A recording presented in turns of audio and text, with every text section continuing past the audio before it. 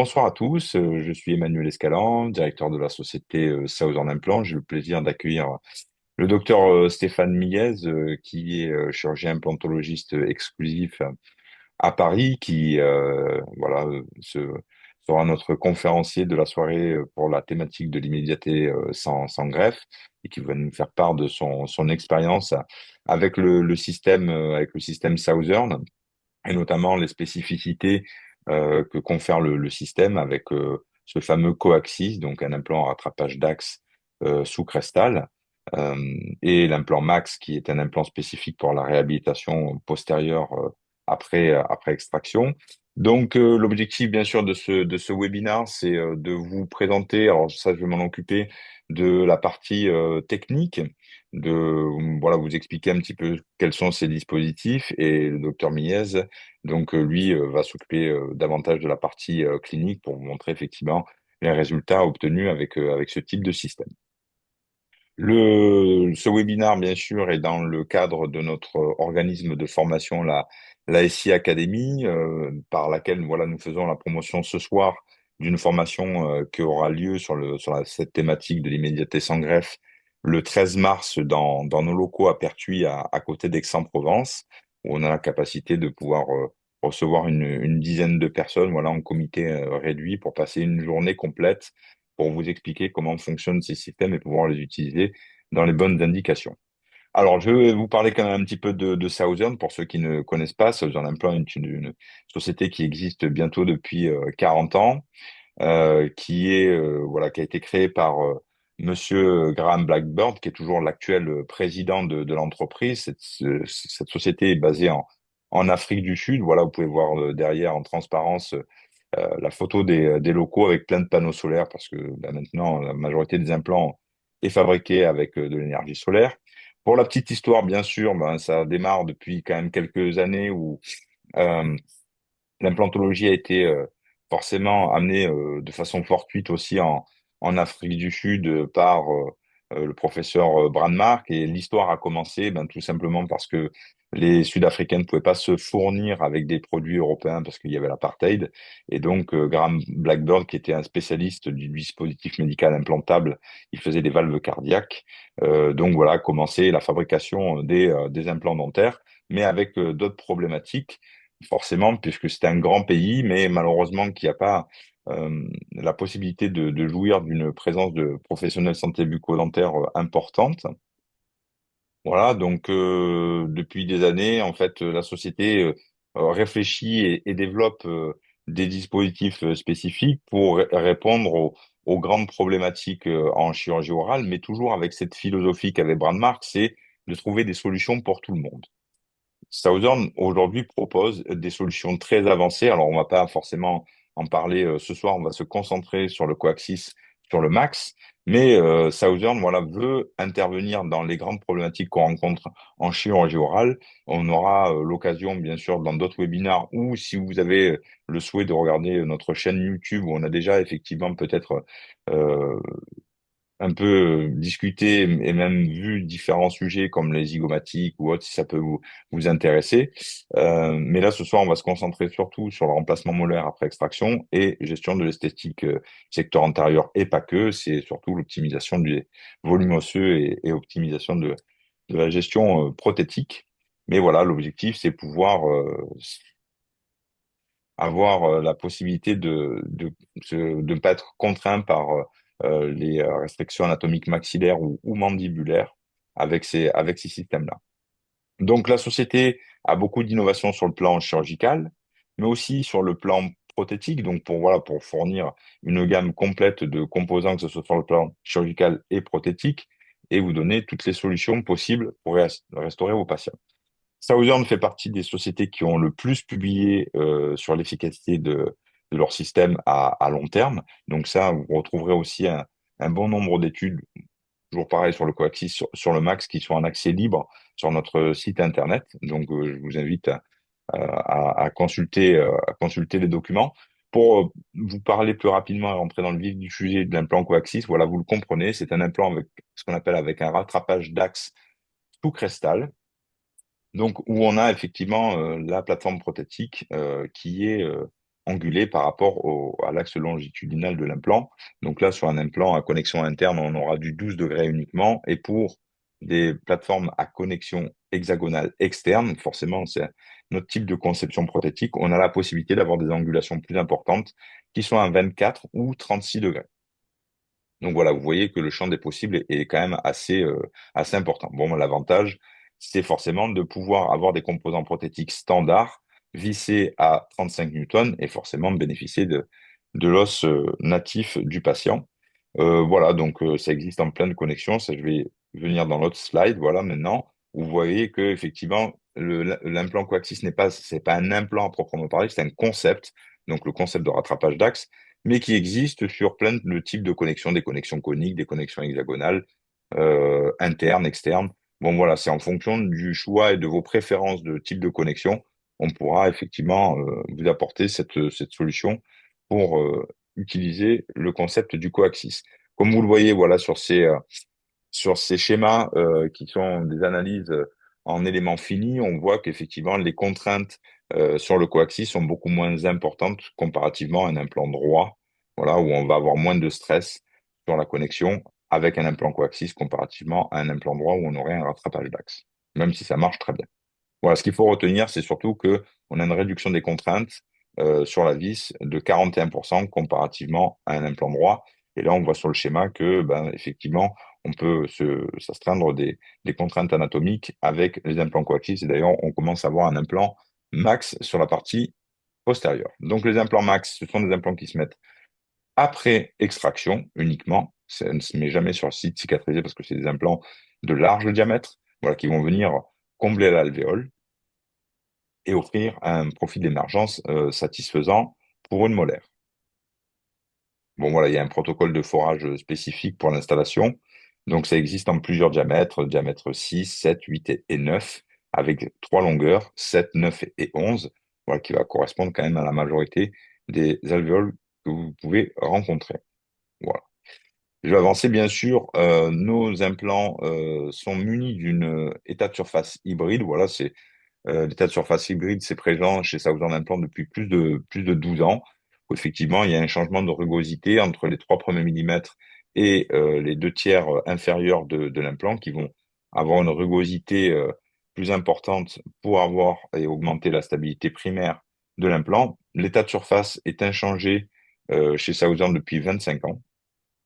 Voilà. Tout ce que vous allez voir ce soir sur le plan chirurgical ou prothétique s'intègre dans tous les environnements numériques ouverts. Donc, quelle que soit votre caméra ou le logiciel de votre laboratoire, voilà, on est intégré dans tous les systèmes. Petit rappel, bien sûr, tous nos implants, quels qu'ils soient, sont faits avec du grade 4 ultra haute résistance. Ça veut dire quoi, ultra haute résistance? Pour vous donner un comparatif, l'ultra haute résistance chez Southern Implants, c'est une résistance à la flexion à 920 mégapascales. Quant à un grade 5, voilà, une résistance à 950. Donc, on va préférer utiliser du grade 4 parce que le module d'élasticité est beaucoup plus important et va permettre effectivement un nombre de cycles beaucoup plus important et assurer la pérennité du traitement à long terme. Il n'y a pas que cette raison-là aussi pour laquelle on utilise du grade 4, c'est que on sait aujourd'hui que la corrosion sur les implants de grade 5 est beaucoup plus importante du fait de la présence d'aluminium et de vanadium. Voilà. Donc la surface synergie utilisée sur les implants, c'est un sablage à l'alumine uniquement. Comme l'alumine est un matériau inerte, il n'y a pas en fait de mordançage fait sur les implants qui ne viennent pas modifier les caractéristiques et les propriétés intrinsèques du titane de grade 4, qui permet effectivement d'avoir un titane hyper résistant. Voilà, donc une topographie de surface qui ressemble quand même très étrangement aux implants de Brandmark d'origine qui montrent effectivement des résultats d'ostéo-intégration assez remarquables. Ça aussi, vous avez beaucoup en fait, de littérature sur notre site internet. Voilà, sur le site southernImplant.fr où vous pouvez retrouver, bon, bien sûr, des études sur le coaxis, le max et les surfaces, et notamment les surfaces MSC. Donc voilà, si après cette présentation vous êtes intéressé pour nous rejoindre pour en savoir davantage, manipuler, puisque forcément il y a une grosse session théorique, mais bon, bien sûr des sessions de travaux pratiques pour s'approprier en fait les protocoles et l'utilisation du matériel. Voilà, vous avez sur notre site ou sur le site de la Surgical Academy où vous pouvez bien sûr scanner le QR code pour vous inscrire à la formation. La formation, bien sûr, est certifiée Calliope. Donc, ben voilà, vous aurez toujours la possibilité aussi de déclarer avec une attestation comme quoi vous avez fait une formation sur la mise en charge immédiate. Voilà, je vous remercie pour votre attention. Voilà, c'est le bâtiment où on vous recevra. Ce sont les locaux de Southern Implant qui sont à Pertuis, à côté d'Aix-en-Provence. C'est à 20 minutes où on a deux salles dédiées à la formation, une salle uniquement pour la théorie. Désolé, j'ai pas pensé, Stéphane, de mettre effectivement la photo des salles qui sont très sympathiques, là, où vous avez des beaux fauteuils où on s'est installé assez confortablement, et une autre salle spécifiquement pour la partie des travaux pratiques afin que voilà, il y ait une certaine fluidité. Et comme vous voyez, bon, mais c'est dans le sud, on a quand même souvent du ciel bleu. On aura le plaisir de vous accueillir parce que c'est en fin de semaine. Mais si vous voulez rester un petit peu plus dans le Luberon, on se ferait un plaisir de vous accueillir. Voilà, je vais laisser la parole à Stéphane.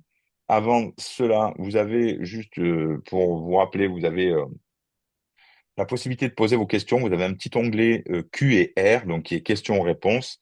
Donc n'hésitez pas à poser vos questions par écrit.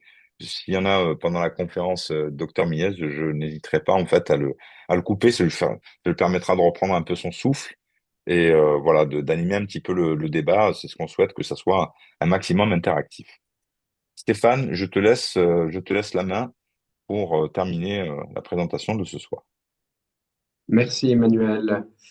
Eh bien, bonsoir à tous. Voilà, je vais remercier donc Emmanuel Escalan, Florian Gobin, toute l'équipe de Southern Implant pour l'organisation de ce webinaire et voilà, cet accompagnement qu'on a au quotidien pour nos patients avec les différentes innovations chez Southern Implant. Ce soir, je vais vous présenter le thème de l'immédiateté sans greffe. Voilà, ça on a vu les locaux à Pertuis. Bah, ça, ce sont mes locaux à moi, à Paris, Place du Trocadéro, avec mes associés. Donc mon activité effectivement est uniquement implantaire, et donc on est assez intéressé par l'ensemble des propositions techniques et des innovations de Southern Implant. Là, je vous ai mis un petit panel florilège de différents éléments qui sont présents chez Southern. Mais nous, ce qui va nous intéresser, c'est l'implantologie immédiate sans greffe. L'implantologie immédiate sans greffe, bah voilà un premier cas qui est assez simple, Non, où là, on est alors dans une Stéphane, situation. tu n'as pas partagé en fait ta Je n'ai pas présentation. partagé. Donc, Pourtant, je suis quelqu'un qui partage, pas là. mais pas là. Donc forcément, si je ne partage pas, hop,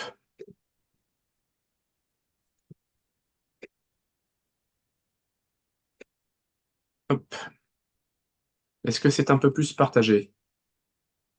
Là, on voit une slide. Oui, voilà, ça y est, là, on voit le bâtiment. Parfait. Parfait, voilà. Bon, donc Ça voilà, prend tout là, son sens c'est maintenant. Ouais, ok. le Paris Trocadéro, effectivement, le Il y a le ciel bleu bâtiment. aussi. Hmm. Voilà, il y a du ciel bleu de temps en temps à Paris aussi. Voilà, donc les différentes solutions que l'on peut avoir, notamment chez Southern Implant.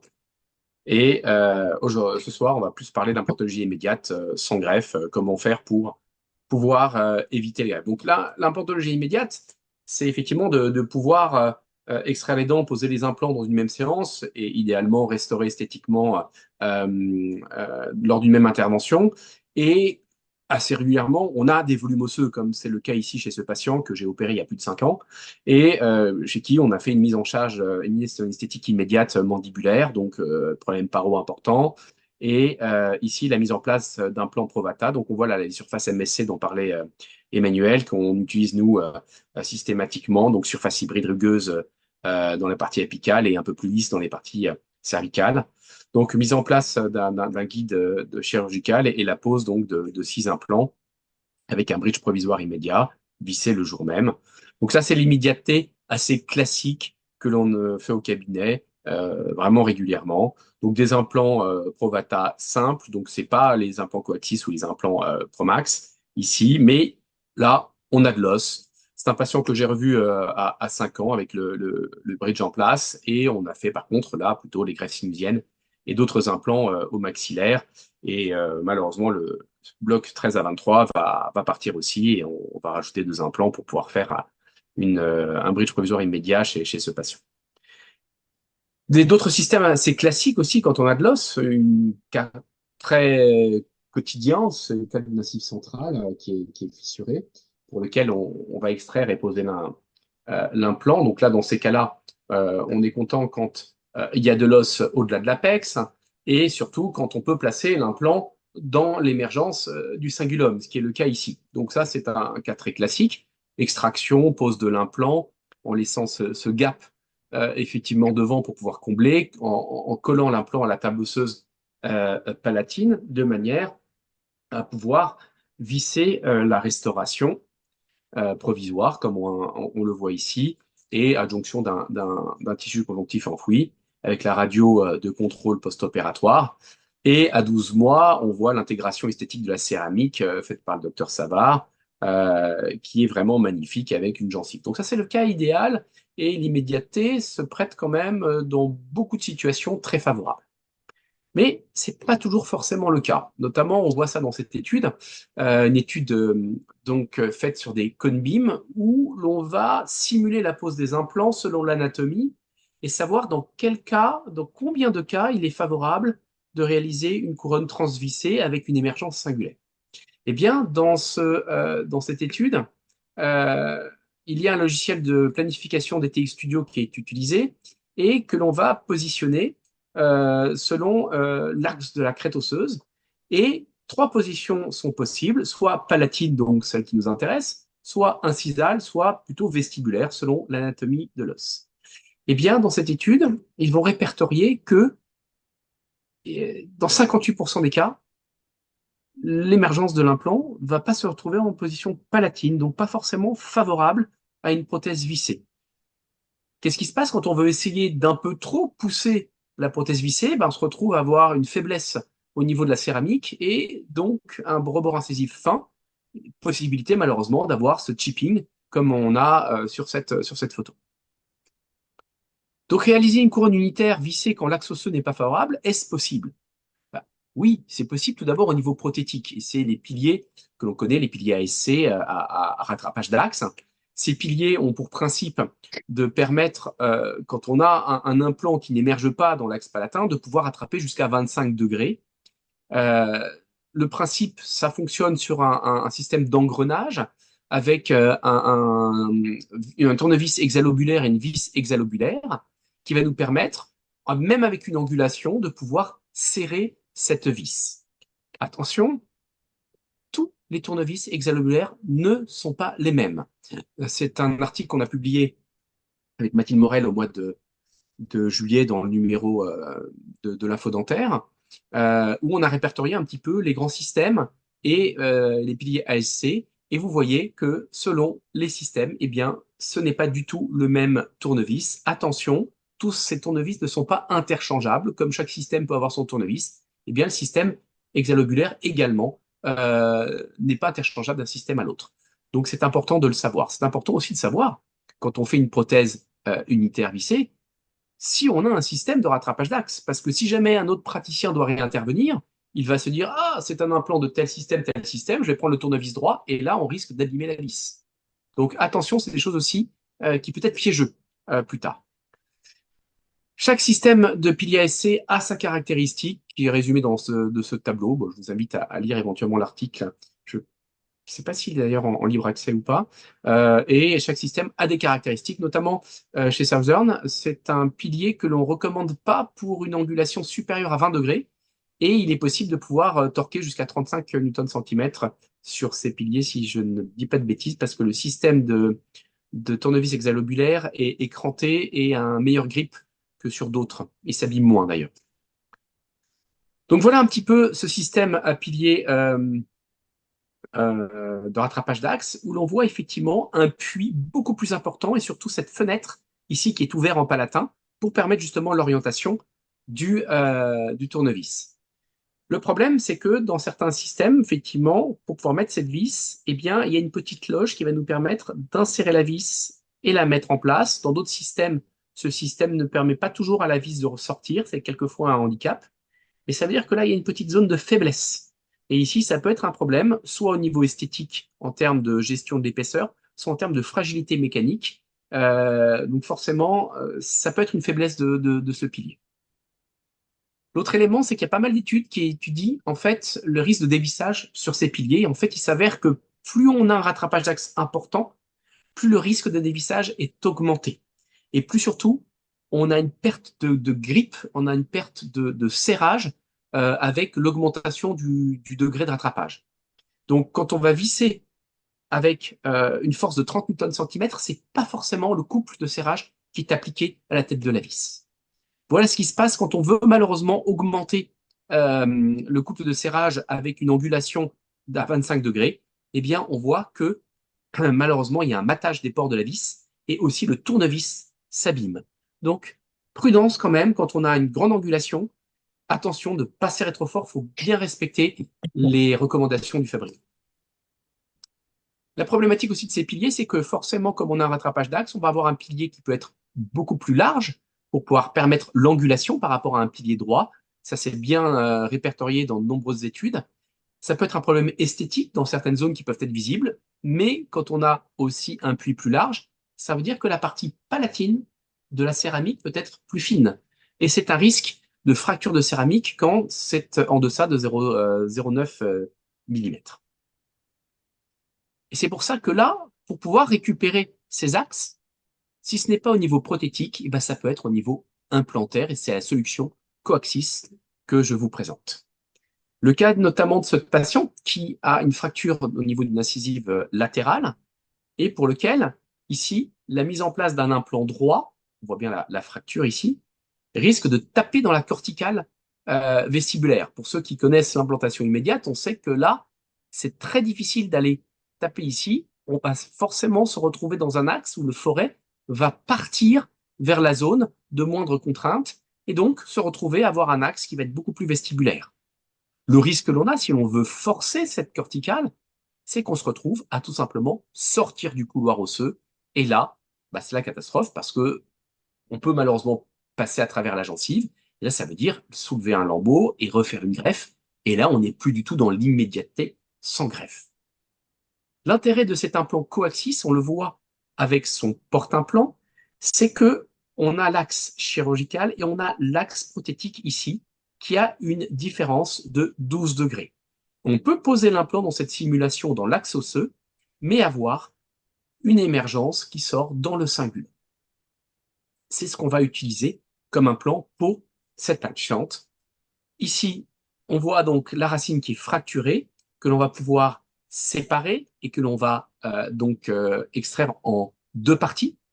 Et pour pouvoir engager la corticale palatine, je vais utiliser cette petite fraise qui va me permettre d'attaquer la corticale. On voit ici qu'elle est graduée et je vais donc marquer cette zone-là pour que quand je vais passer mes forêts, bien ces forêts ne viennent pas glisser le long de cette paroi. Donc ça, c'est un des petits tips intéressants quand on utilise ce système implantaire.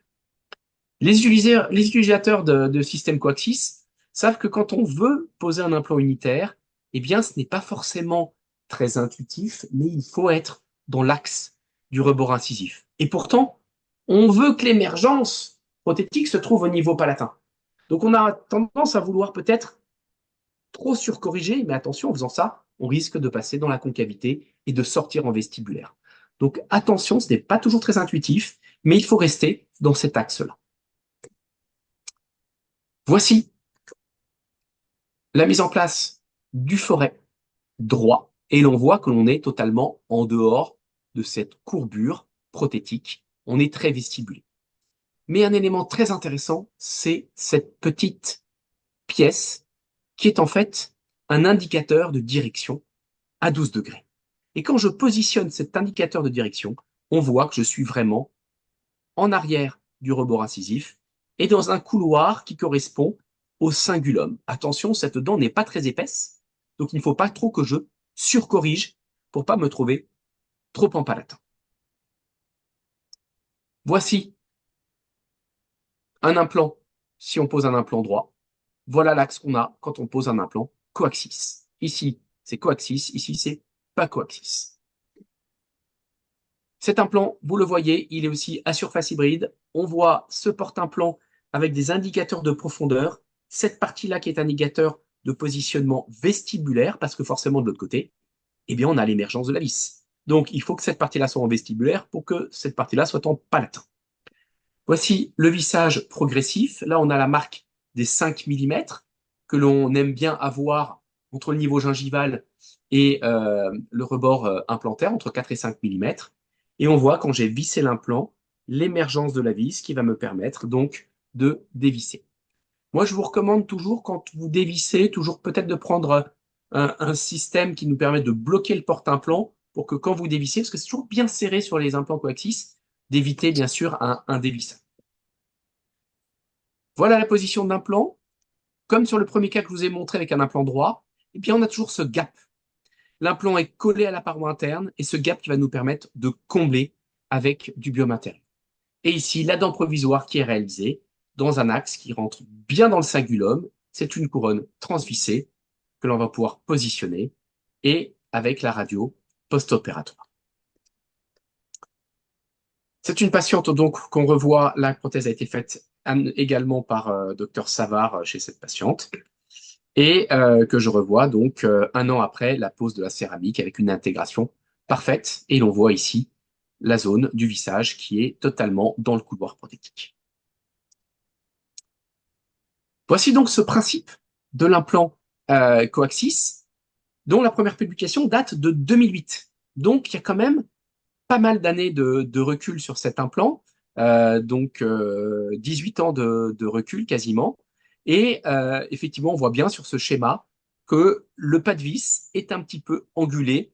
Je ne sais pas si vous avez fait attention, mais Emmanuel vous a montré un moment des images d'une étude d'éléments finis où on voit les répartitions des forces et on se rend compte qu'en fait, le fait que la vis ici soit un peu décalée à 12 degrés n'a pas d'incidence sur les répartitions des forces, même avec une angulation à 12 degrés. Voilà un cas un petit peu plus touchy, où ici, l'immédiateté sans greffe prend tout son sens. C'est une patiente, vous voyez, un petit peu fâchée avec sa brosse à dents, de 80 ans, et une patiente qui présente une canine incluse, une carie volumineuse au niveau de l'acide latéral, et une reprise de carie également au niveau de la prémolaire. Ce bridge a été fait il y a des années, et cette patiente de 80 ans ne veut pas des complications, des interventions compliquées. Elle aimerait qu'on puisse gérer simplement. Euh, la solution qui vient forcément, c'est se dire on va extraire la canine, on va faire un comblement, peut-être une greffe osseuse, parce que ça peut, malheureusement, on peut perdre pas mal d'os ici, et poser après 2 implants droits classiques avec un système de temporisation par gouttière. Mais cette patiente m'a dit non, je veux pas de choses compliquées. Est-ce qu'on peut pas faire comme vous me l'avez déjà fait ailleurs, extraire la dent et poser l'implant en même temps? Et ben c'est ce qu'on va faire chez cette patiente. Et ici, grâce au système du coaxis, eh bien au lieu d'utiliser la coaxis dans le sens vestibulo-palatin, on va utiliser cette angulation dans le sens mésiodistal. Et on va donc prendre l'angulation ici et passer entre l'apex de la l'incisive centrale et la canine incluse. Voilà un petit peu le forage qui forcément va être angulé. On voit l'implant qui a été posé déjà ici. Et bien sûr, une rétroalvéolaire de contrôle. C'est quelque chose qui est assez systématique dans ma pratique, même au bout de 25 ans d'implantologie. C'est quelque chose que je fais extrêmement régulièrement, de prendre une radio forêt en place. Et on voit que je passe vraiment. Alors oui, c'est un peu délicat, mais attention, j'ai aussi un axe qui est un peu plus palatin. Donc forcément, j'ai fait des simulations implantaires, j'ai un guide de chirurgie. Et là, on voit avec la pose du bridge provisoire, parce qu'on va faire une mise en place immédiate avec des petites ailettes, et on voit que ce fameux petit indicateur de direction eh bien, rentre totalement dans mon couloir prothétique. Voilà l'indicateur de direction avec la radio en place.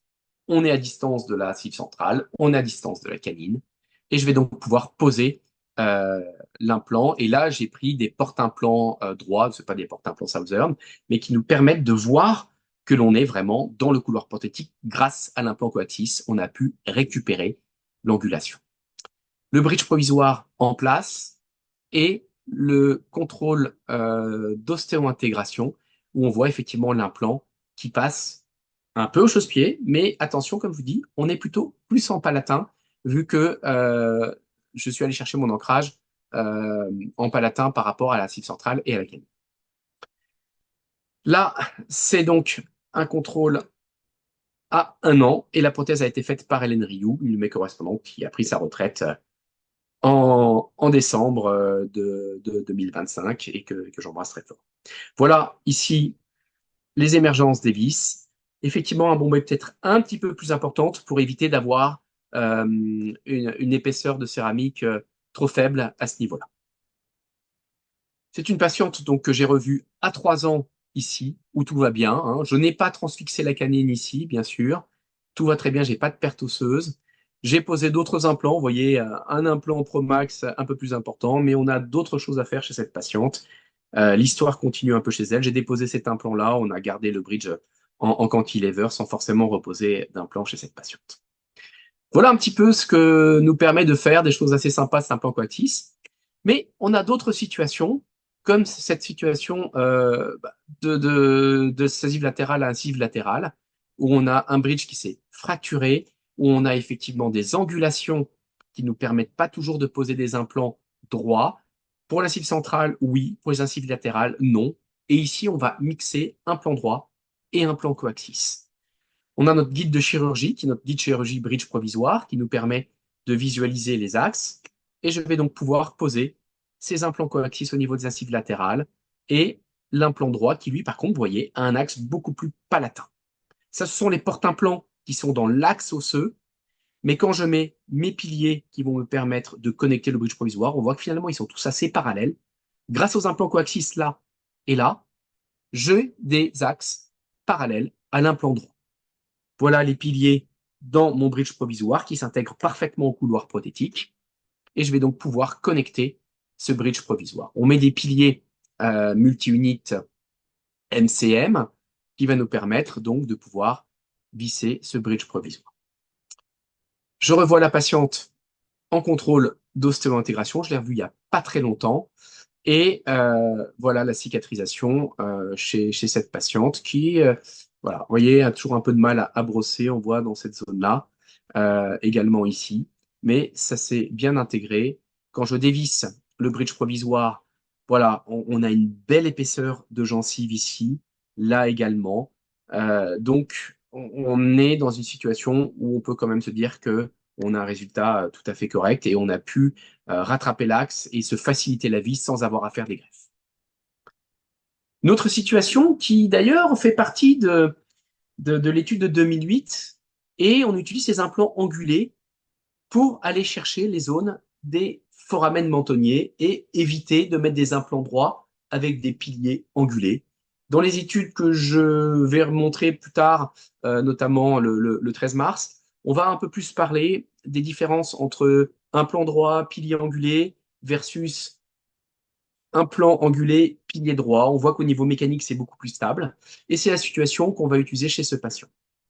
Patient, comme vous le voyez, où l'ensemble des dents mandibulaires, malheureusement, ne sont pas conservables. Très, très peu de hauteur au-dessus du canal mandibulaire. Et là, on va utiliser la propriété de l'implant coaxis pour pouvoir récupérer un axe de vissage beaucoup plus droit et une dent en extension.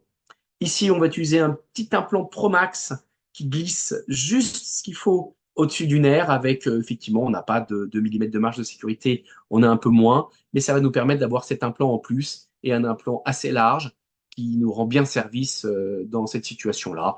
J'aurais pu éventuellement glisser un implant coaxis ici également, mais comme j'ai la possibilité de me mettre un implant de plus, je préfère aller sur un All-on-5 plutôt qu'un All-on-4.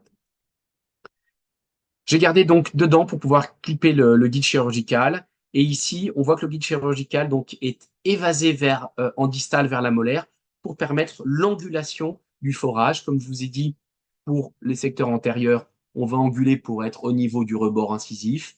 Eh bien, ici, on va au contraire orienter le forage un peu plus en distal avec, bien entendu, une radio de contrôle que je ne vous montre pas là parce que la présentation quand même un peu courte.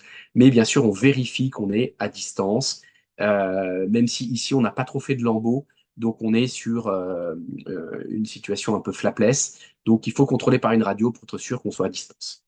Voilà le bridge provisoire qui est vissé. On a une émergence au niveau de la prémolaire et on a cette molaire en extension ici. Et de l'autre côté, le petit implant Promax nous permet d'avoir vraiment une émergence qui est très intéressante au niveau prothétique. Voilà le patient en contrôle d'ostéo-intégration, ce petit implant Promax mignon, ici, vous voyez, qui a une forme un peu spéciale. Et cet implant coaxis avec le rattrapage d'axe. Vous voyez qu'ici, ça sont des provata droits classiques. On est bien dans l'axe au niveau prothétique. Ici, il y a un petit décalage de vis par rapport au col de l'implant. L'autre principe d'implant d'immédiateté sans greffe, eh ben, c'est cet implant max. Cet implant max qui se décline en plusieurs versions. C'est un concept, cet implant max. Comme l'implant coaxis est un concept, eh bien, on peut l'avoir cet implant max avec des hexagones externes, des connexions multilobées, même des situations avec un col supraosseux. Moi, je vais rester sur mes connexions hexagonales internes parce que c'est celle avec laquelle je me sens le plus à l'aise et avec laquelle j'ai le plus d'expérience. Eh bien, ici, j'ai des implants d'autres marques que j'ai posés en bas et le patient se plaint de douleur au niveau de la 27. On voit une inflammation un peu sinusienne ici et en fait, cette dent 27 est fracturée. Là, on n'a pas forcément beaucoup d'os, mais on en a un peu quand même. Regardons la radio. Voyons ici cette inflammation sinusienne due à la fracture. Voilà, on a un trait de fissure qu'on voit pas forcément bien, mais qui est ici. Et j'ai de l'os, j'ai ce petit amas d'os là, et surtout, j'ai une crête assez large. Qu'est-ce qui va m'intéresser ici? Eh bien, d'aller engager un petit peu ces corticales-là, donc d'avoir un implant qui va être large. Il faut savoir que l'implant max, il se décline en diamètre 6, 7, 8, voire même 9 en diamètre. Donc 9, j'en ai jamais utilisé des 9, mais des 8 de temps en temps. 7, c'est mon implant standard dans l'utilisation des max. 6, j'en ai posé un encore cet après-midi avec un plateau un peu plus large. Donc c'est assez intéressant. Et c'est ce que je vais utiliser comme implant ici pour aller engager la forme un petit peu ovale de cet implant va me permettre d'engager cette zone-là. Et la partie large va me permettre d'aller chercher l'ancrage sur ces parois, ces corticales quand même assez épaisses et assez favorables ici. Donc, j'ai pas des photos cliniques malheureusement de l'intervention, mais on voit effectivement cet implant très large, vous voyez, ovoïde. Et quand j'ai vissé l'implant, je suis allé repousser la membrane sinusienne. Je vais pas utiliser de forêt versa ici parce que j'ai pas trop cette pratique-là, mais ça peut tout à fait être l'indication ici. Et on voit effectivement l'ossification qui s'est faite en repoussant la membrane sinusienne sur cet implant max, donc avec un contrôle à 4 mois. C'est un implant qu'on pose très souvent en infraosseux. Vous le voyez ici, et on a une parfaite intégration. Ça nous a évité une greffe sinusienne ici, ça nous a évité d'utiliser les ostéotomes, même si j'aime bien utiliser la combinaison des deux. Et on a un implant qui est bien ostéo-intégré. On a évité une greffe sinusienne, surtout dans une situation où vous voyez, c'est toujours un peu inflammatoire au niveau sinusien. Donc faire une ostéotomie de Summers ici, j'aurais pas été très favorable à cette situation. La greffe sinusienne aurait été aussi compliquée, hein, même si on voit que voilà, on a quelque chose de bilatéral. Là, c'est un vrai atout de cet implant pour faire l'immédiateté sans greffe. Là, une autre situation où on va pouvoir poser un implant au niveau molaire. Là, l'extraction a déjà été faite, mais j'aime bien ce cas clinique parce que, eh bien, quand on voit cette situation où on n'a même pas 1 mm d'os à ce niveau-là, là, qu'est-ce qu'on fait très régulièrement? On se dit, bah, on va partir sur une greffe sinusienne par abord latéral. C'est un patient qui veut pas non plus avoir des choses très compliquées, qui voyage beaucoup, qui prend pas mal l'avion, qui veut pas avoir des suites importantes. Et là, pour moi, je vais utiliser l'implant Max, mais bien sûr pour éviter la greffe sinusienne, mais pas que. Eh bien, pour aller justement chercher ces zones d'ancrage parce que j'ai un implant large. J'ai un implant de 7-8 mm de diamètre. Et là, j'ai beaucoup plus de hauteur osseuse. J'ai 7,8. J'ai presque 4 mm ici. Et quand je vais poser l'implant, mon ancrage, je ne vais pas l'avoir ici, où c'est très défavorable, où j'ai pas 1 mm. L'ancrage, je vais le chercher ici, là où c'est beaucoup plus favorable. Et j'ai une crête très large. Et c'est ce que je vais faire. Je vais passer à peine un forêt ici. Et je vais par contre utiliser le système d'ostéotomie de Summers. Donc je vais quand même faire une mini greffe sinusienne par abord crestal. Et je vais venir, avec mes ostéotomes qui sont calibrés, soulever petit à petit et en dôme. Plus j'utilise des forêts, plus j'élargis, plus j'utilise mes ostéotomes pour pouvoir aller soulever d'abord ici, après là, après ici, et venir ancrer mon implant dans cet os. Vous voyez cet implant max qui est très large. Donc moi j'aime bien utiliser un porte-implant quand même dessus pour pouvoir le visser, hein, pour être sûr que j'ai une bonne stabilité. Si jamais j'ai pas tant de stabilité que ça, qu'il ne parte pas dans le sinus, on puisse le rattraper. Et vous voyez cette forme qui sied bien cette situation, cette largeur avec des spires qui accrochent et qui vont me permettre d'engager cet os sous-sinusien. Voilà l'implant que j'ai posé, un implant de 8 de diamètre. On voit effectivement ici le dôme que j'ai pu récupérer grâce à l'estotomie de Summers. Et on voit que j'ai de l'épaisseur d'os ici, de l'épaisseur d'os là. Je n'ai pas contraint mon os. Cet implant, malgré la faible hauteur en centrale, en crête centrale, eh bien, je l'ai mis en infraosseux, comme on aime bien le mettre, cet implant-là. Pourquoi? Parce que je suis allé l'ancrer sur les parties latérales et que là, j'ai de la hauteur, donc je peux enfouir un peu plus cet implant. J'ai même mis le pilier implantaire le jour même. J'avais une très bonne stabilité. J'étais à plus de 40 newtons centimètres. Et c'est la particularité de cet implant qui me plaît dans ces situations-là. Une autre situation beaucoup plus favorable, on va dire que là, on n'a pas forcément peut-être besoin d'un implant max, mais on a cette dent ici 26 qui s'est égressée. Ici, on a effectivement une dent qui n'est plus conservable et on a une situation assez favorable puisque l'on a beaucoup d'os ici. On a une lésion, mais on a une petite concavité et on a surtout de l'os ici au milieu. Donc, cet implant, je vais également l'utiliser.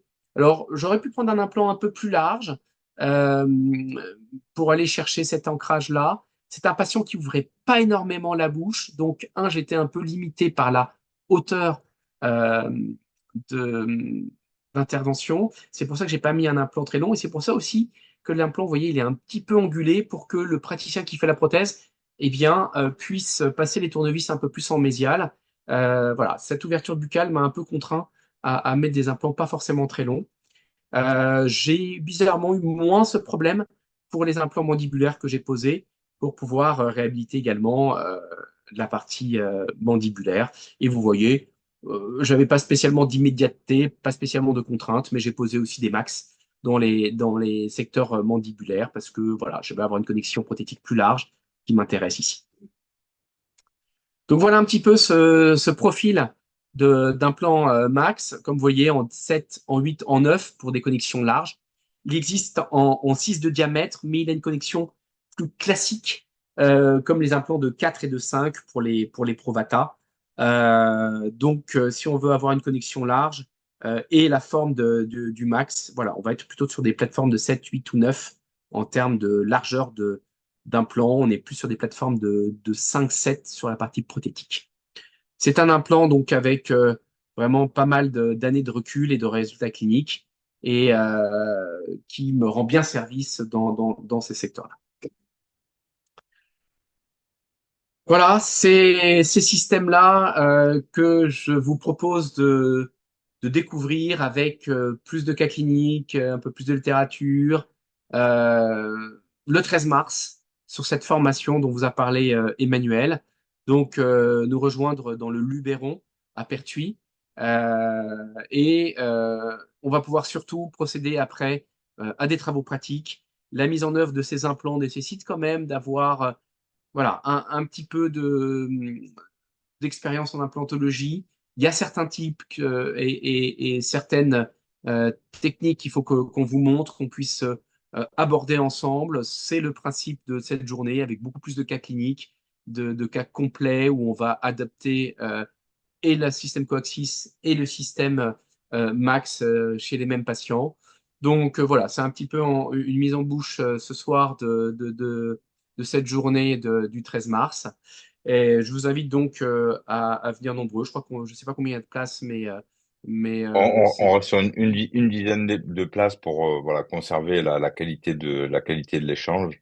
On a voilà. essayé des fois plus, mais 10 personnes, c'est très bien. Voilà. Bon, alors il y a le 13 mars, si c'est pas possible pour vous, il y a d'autres formations, notamment sur ce système-là, avec d'autres correspondants, d'autres pardon, praticiens de qualité. Donc Gauthier, notamment Bernard, je crois qu'il fait ça en novembre aussi, donc une autre date. Mais voilà, donc la 13 mars, c'est la première date. Et je voulais profiter aussi de vous avoir pour parler d'une échéance un peu plus proche. C'est le 5 février. Mon associé Philippe Cayat fait une grande journée sur la périimplantite à Paris avec des chirurgiens en direct au musée de la Marine, qui est en face du cabinet. Et donc avec pas mal d'intervenants, des personnes qui ont pas mal traité déjà la périimplantite, des jeunes praticiens qui sont au cabinet à qui on veut laisser un peu la parole. Et Marcus Lee aussi, qui est l'inventeur du Galvo Surge, qui va venir en parler, qui est un ami de Philippe Cayat. Donc voilà, je voulais profiter de cette petite tribune pour parler un petit peu de cette journée, parce que Philippe, voilà, c'est quelqu'un qui a un sens clinique vraiment très développé, qui depuis longtemps parle des périimplantites, des surfaces. Et c'est pour ça d'ailleurs aussi qu'on est venu chez Southern pour cette surface MSC, cette surface hybride.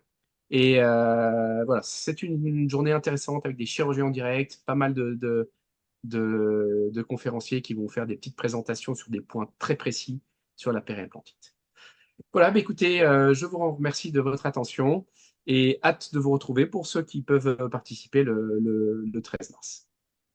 Voilà, Emmanuel, je Merci te rends Stéphane. la parole. Merci Stéphane. J'espère que Merci je suis dans les beaucoup temps, encore. Non, une quarantaine parfait. de minutes. Tu as été parfait comme d'habitude, toujours dans le timing. Tout est millimétré comme toutes les chirurgies que tu viens de nous montrer. J'espère que tout le monde aura pu apprécier aussi voilà, ton travail et aura bien sûr toute la liberté d'échanger avec toi pour ceux qui le souhaitent le 13 mars. Mais on sait bien, entre février et mars, bon, mais voilà, il y a de belles sessions de formation qui s'annoncent sur ces sujets-là. Donc, n'hésitez pas à vous inscrire soit sur notre site de la Surgical Implant Academy, donc vous trouverez CSI Academy.fr, donc une formation qui est complètement aussi remboursée dans le cadre de l'agrément Calliope. Donc, par contre, j'ai pas vu de questions, donc bon, c'est que tes propos ont dû être très clairs ou ben certains peut-être viendront chercher d'autres informations plus poussées, plus techniques, plus personnelles le 13 mars. Bon, voilà, sachez qu'il n'y a que 10 places, ça va toujours assez vite et que bon, ben peut-être ça vous permettra de commencer à toucher un petit peu les prémices du printemps début mars à Pertuis dans nos locaux. Voilà. Merci Oui, pour je voulais votre. juste rajouter une petite chose, Emmanuel. Je C'est t'en vrai que prie, je t'en je prie. fais régulièrement des petits study group au cabinet. Généralement, je réserve un peu à, c'est en soirée, généralement en semaine, pour ceux qui habitent à Paris. Je réserve ça plus à mes correspondants pour bien échanger. C'est des moments qui sont assez privilégiés. Je suis content de retrouver un peu mes correspondants pour échanger sur les patients et sur les éléments techniques. Mais c'est des choses qui peuvent éventuellement être ouvertes à d'autres personnes qui pourraient être intéressées sur Paris, de soirées, qui ne peuvent pas vraiment se déplacer une journée entière. Si c'est des choses qui peuvent vous intéresser, n'hésitez pas à revenir vers Southern. Voilà, moi, je n'ai pas encore ouvert vraiment à d'autres personnes, mais si c'est des choses qui peuvent vous intéresser, je peux organiser des soirées, voilà, jeudi soir ou mardi soir, autour d'un buffet convivial, 6, 7, 8 personnes, pour parler de ces éléments-là. Donc n'hésitez pas à faire des retours pour que, si ça vous intéresse, j'ouvre un petit peu voilà, ces petits study group à d'autres personnes comme correspondent. On a une question, Stéphane. Oui, Est-ce que vous arrivez à faire de la MCI sur l'implant Max? mise en charge immédiate sur l'implant Oui? Max. Hmm. Oui, alors j'ai voulu intégrer peut-être un cas, mais je me suis dit que j'allais peut-être être un peu long, mais en fait pas tant que ça, que j'ai fait vendredi dernier, mais que je fais dans plein de situations. Oui, dans le secteur postérieur, dans le cas que je vous ai montré avec l'angulation l'implant coaxis mandibulaire sur la zone secteur 4, j'ai mis un implant max dans le secteur 3, au-dessus du nerf, parce qu'on a des implants qui sont plutôt courts et qui va me permettre d'avoir un ancrage, un implant court, mais un implant large. Non, au contraire, c'est même l'implant max, un implant qui est fait dans les mises en charge immédiates. Pour des unitaires en secteur postérieur, j'en vois un petit peu moins l'intérêt, mais dans des situations plurales, unilatérales ou même complets, non, ça prend tout son sens, effectivement, pour avoir une bonne stabilité en secteur postérieur en mise en esthétique immédiate. Mais c'est vrai que je pense que aussi, Stéphane, c'est un sujet que tu aborderas. Et là, pour le coup, on a toutes les informations avec Philippe Kayat qui avait fait une étude quand même sur l'application de torque important sur les implants. Et c'est vrai que ces implants Max sont des implants qui acceptent des couples de serrage très importants. C'est-à-dire que on peut aller à des 80, voire même 100 newtons. Oui, ne soyez pas étonnés, mais après extraction, c'est encore, voilà, on est dans des alvéoles assez fraîches et abondamment vascularisé, donc on peut se donner quand même la possibilité d'avoir des torques beaucoup plus importants et que physiologiquement, effectivement, même après un mois, lors du remodelage osseux, on va perdre quoi? On va perdre 40% de la stabilité primaire, donc on va être toujours aux alentours de 50 newtons. Voilà, ce qui est au-delà des recommandations internationales pour faire de la mise en charge immédiate sur un implant qui est donné à 35 newtons. Donc, c'est possible. Voilà, Oui, c'est oui, généralement, les recommandations, c'est d'être au-delà de 30-35 newtons pour faire la mise en charge hmm, immédiate. L'intérêt surtout au maxillaire, c'est qu'on a un os dans ce secteur postérieur qui est souvent peu dense. Et donc, on est content d'avoir une forme d'implant qui accroche, qui donne vraiment une sécurité quand on le met en place. Ça m'arrive quelquefois même de bloquer l'implant alors que j'ai préparé avec les forêts et alors que j'ai pas un os forcément très dense. Ça m'arrive de devoir même dévisser l'implant et de passer manuellement le tarot pour pouvoir refaire un peu les spires et venir remettre mon implant qui puisse être en infraosseux. C'est assez étonnant le torque qu'on peut avoir avec ces implants-là. Ça peut même être un peu piégeux à la mandibule quand l'os est un peu plus dense. Donc voilà, il y a un petit savoir-faire quand même. Pas hésiter à prendre le tarot, à le passer. Même en passant le tarot, on va pas du tout perdre en stabilité primaire. C'est même recommandé quand l'os est assez dense pour pas trop serrer, éviter une surchauffe quand même et garder une bonne stabilité. parfait. Merci Stéphane. Je crois que nous n'avons plus de questions. Donc, bon, ben voilà. Donc, on va Eh ben, écoutez, clôturer merci beaucoup ce à tous ceux webinaire. qui ont participé à ce webinaire. Voilà, je suis très content d'avoir pu vous transmettre un petit peu cette expérience clinique et voilà, heureux de vous revoir pour une prochaine.